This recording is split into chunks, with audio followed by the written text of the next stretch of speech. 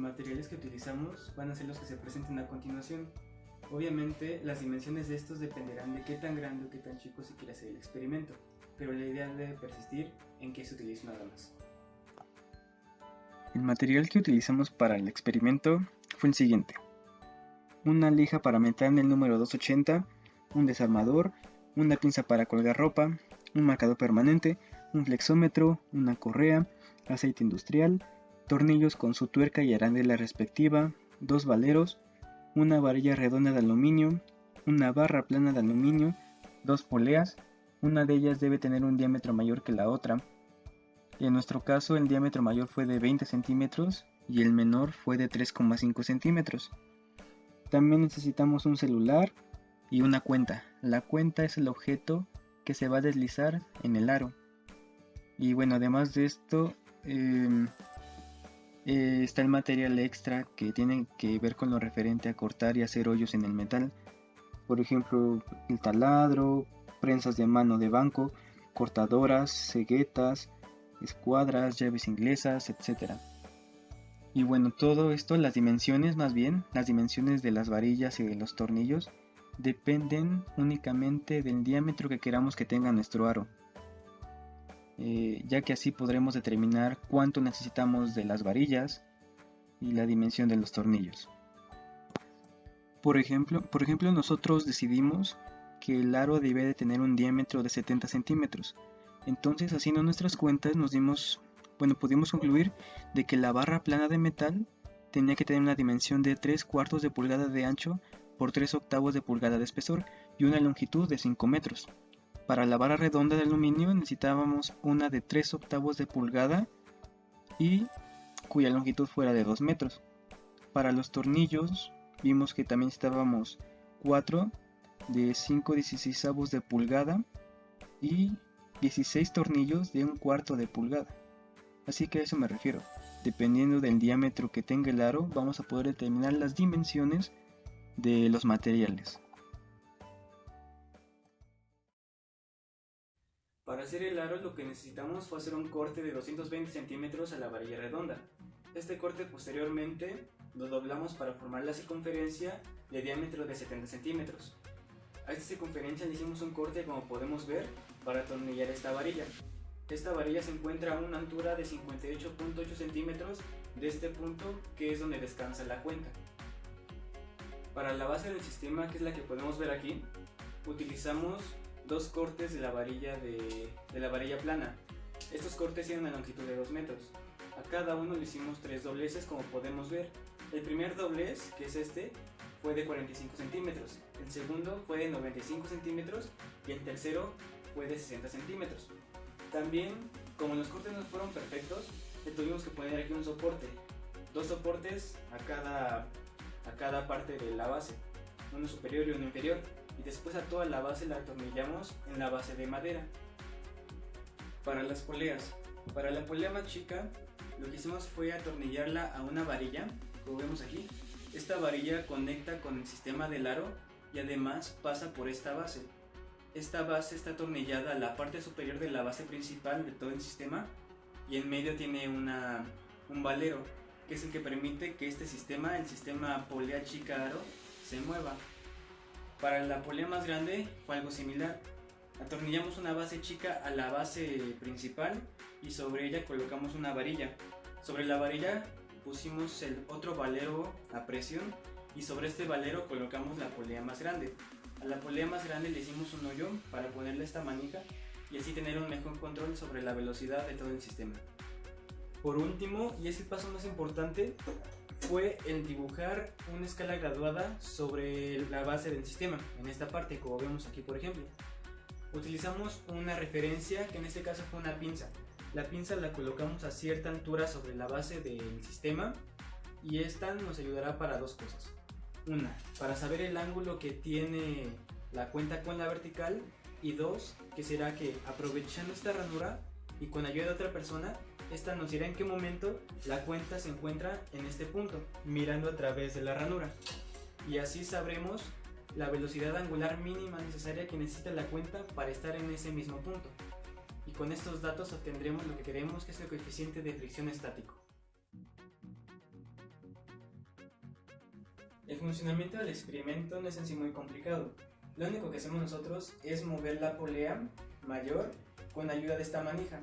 Entonces el movimiento que le pongamos a esta se transmitirá por medio de la correa hasta la polea de diámetro menor. Es importante que la correa tenga una buena tensión, porque si no suceden dos cosas. La primera es que la correa se deslice sobre las poleas, lo cual no sería bueno porque no nos funcionaría para el experimento. Y la segunda sería porque se podría zafar. Entonces, una vez que le impregnemos una velocidad angular a esta polea, la velocidad angular que tenga esta, por ser de diámetro mucho menor que esta, será mayor. Y eso nos trae una ventaja porque permite que no nos cansemos tanto al estar moviendo esto. Una vez que impregnemos a la polea de diámetro menor una cierta velocidad angular, como esta está conectada al sistema del aro por medio de esta varilla, hará que el aro rote a esa misma velocidad angular. Entonces, en este sistema hay dos aceleraciones importantes, la aceleración tangencial y la aceleración radial. La suma de estas dos nos da la aceleración centrípeta. La aceleración tangencial será la que haga posible que la cuenta se deslice sobre el aro. Es importante saber también que la posición de la cuenta depende de la velocidad angular a la que gira el sistema. Bueno, en este caso, por ejemplo, la velocidad angular que tenga el sistema si la cuenta se encuentra en esta posición será distinta a la que tenga si se encuentra en esta otra posición o en esta otra, al igual que la fuerza centrípeta. La fuerza centrípeta en este caso no va dirigida al centro del radio, al centro de la circunferencia del aro, sino que va dirigida al centro de la circunferencia sobre la cual la cuenta está rotando. Por ejemplo, si está rotando en esta posición, el radio estaría más o menos por aquí y la fuerza centrípeta iría en esta dirección.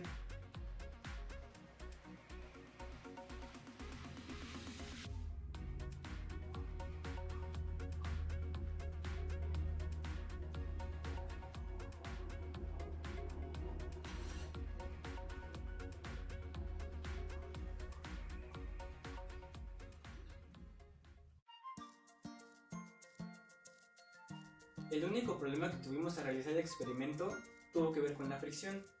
Nos dimos cuenta que la cuenta no se deslizaba tan bien sobre el aro, así que lo que hicimos fue tomar la lija, que es súper fina, y lijar perfectamente la varilla.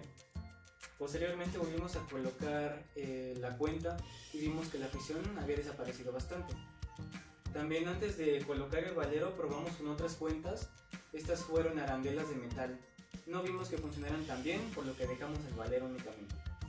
Veremos después que la masa es despreciable para este experimento, así que lo único que se necesita es buscar una cuenta que se adecue y funcione perfectamente a esta situación.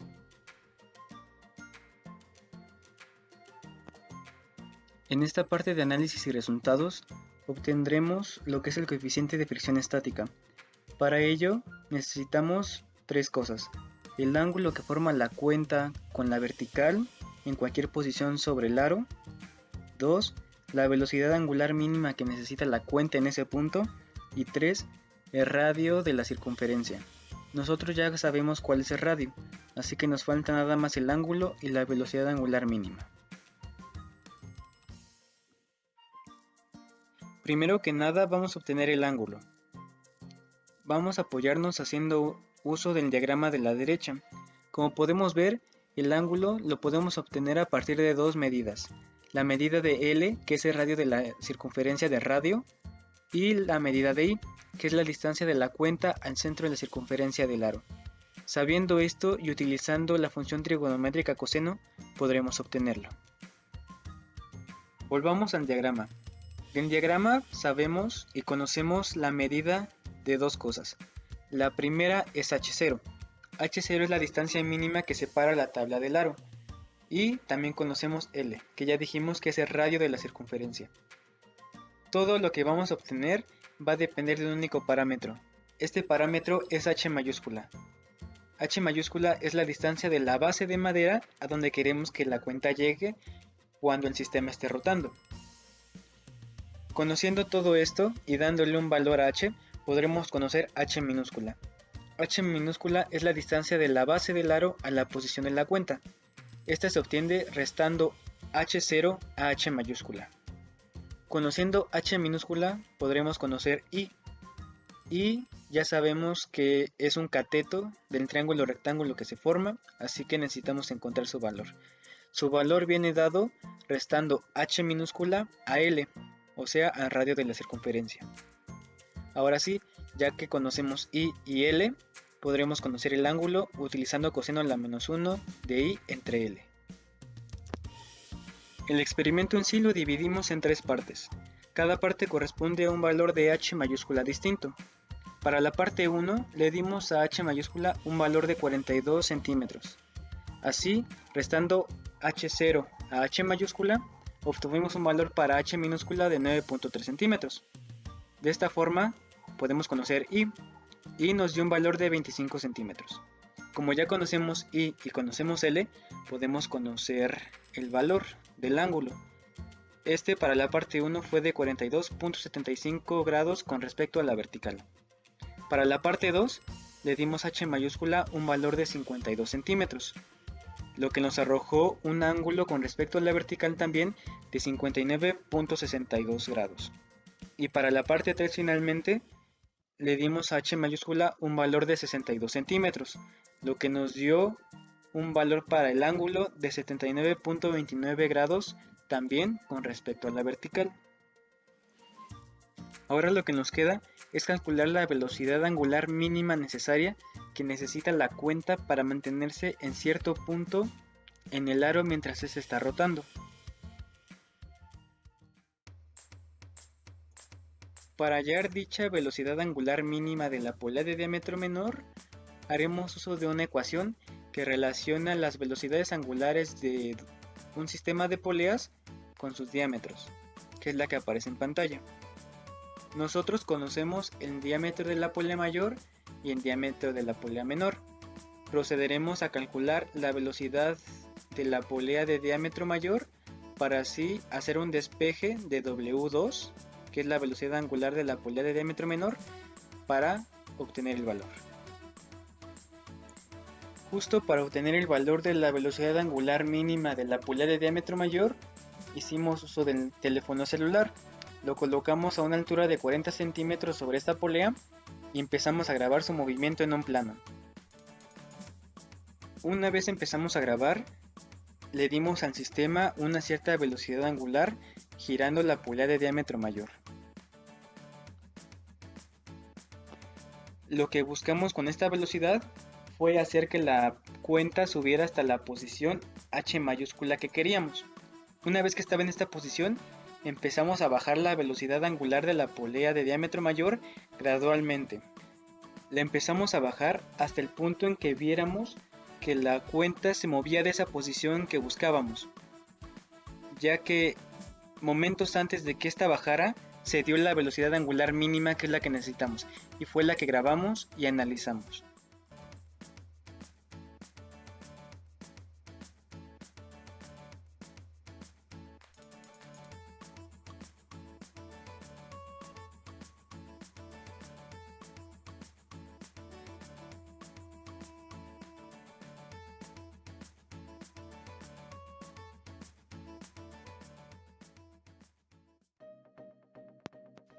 En esta tabla se recopilan los datos obtenidos de las velocidades angulares. Como lo hicimos en la tabla anterior, esta la dividimos también en tres partes. En cada parte grabamos 3 videos, y de los 3 videos obtuvimos la velocidad angular mínima de la polea de diámetro mayor. Estas son W1, W2, W3. La velocidad angular, que es W1, min, es el promedio de la velocidad angular mínima de la polea de diámetro mayor. Como podemos ver, la velocidad angular mínima de la polea de diámetro mayor para la parte 1 fue de 0.94, para la parte 2 de 1.06 y para la parte 3 de 1.38. Todas estas unidades están en radianes sobre segundo. Una vez teniendo estas velocidades angulares, podemos obtener la velocidad angular mínima de la polea de diámetro menor, utilizando la ecuación que dijimos anteriormente que relaciona las velocidades con los diámetros. Haciendo el despeje y sustituyendo los resultados, obtenemos que la velocidad angular mínima de la polea de diámetro menor para la parte 1 es de 5.1 radianes sobre segundo, para la parte 2 de 5.7 y para la parte 3 de 7.4. Una vez teniendo estos datos, que son el radio, el ángulo que forma, la cuenta con la vertical para cada parte y la velocidad angular mínima de la polea de diámetro menor para cada parte, podemos obtener el coeficiente de fricción estático para cada parte también.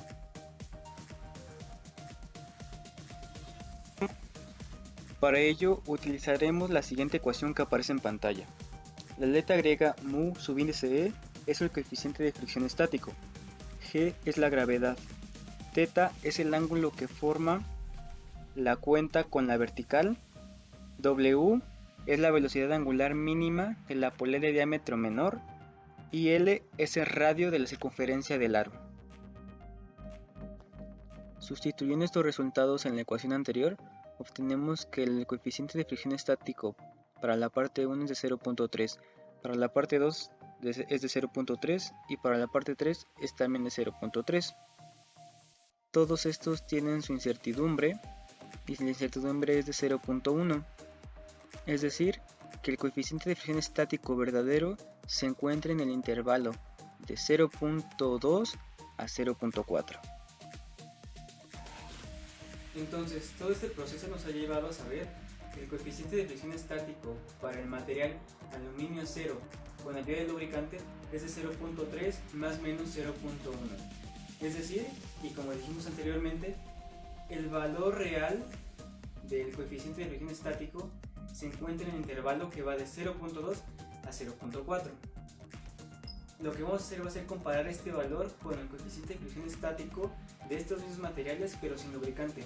Si vemos el libro de física universitaria de Szymanski, este dice que este valor es de 0.61 y como podemos ver este valor es mayor que el valor que nosotros encontramos experimentalmente. Incluso es mayor que todo el intervalo en el que en realidad se debería de encontrar este coeficiente de fricción estático. Podemos concluir entonces que en efecto la hipótesis se cumple, que el coeficiente de fricción estática de estos materiales en seco, por así decirlo, es mayor que el coeficiente de fricción estática de estos mismos materiales pero lubricados. Además, también podemos decir que los resultados que obtuvimos son bastante buenos. Con esto queremos dar a entender que la última incertidumbre que obtuvimos, que es de los valores que nos interesan, o sea el coeficiente de fricción estática, no es bastante baja como nos gustaría, pero tampoco es bastante alta, con un valor de 0.1, considerando que este experimento lo hicimos en casa con materiales de aquí y con herramienta de aquí. Si hubiéramos tenido otros recursos más tecnológicos como sensores, incluso hubiéramos podido reducir esa incertidumbre un poco más de la que ya tenemos.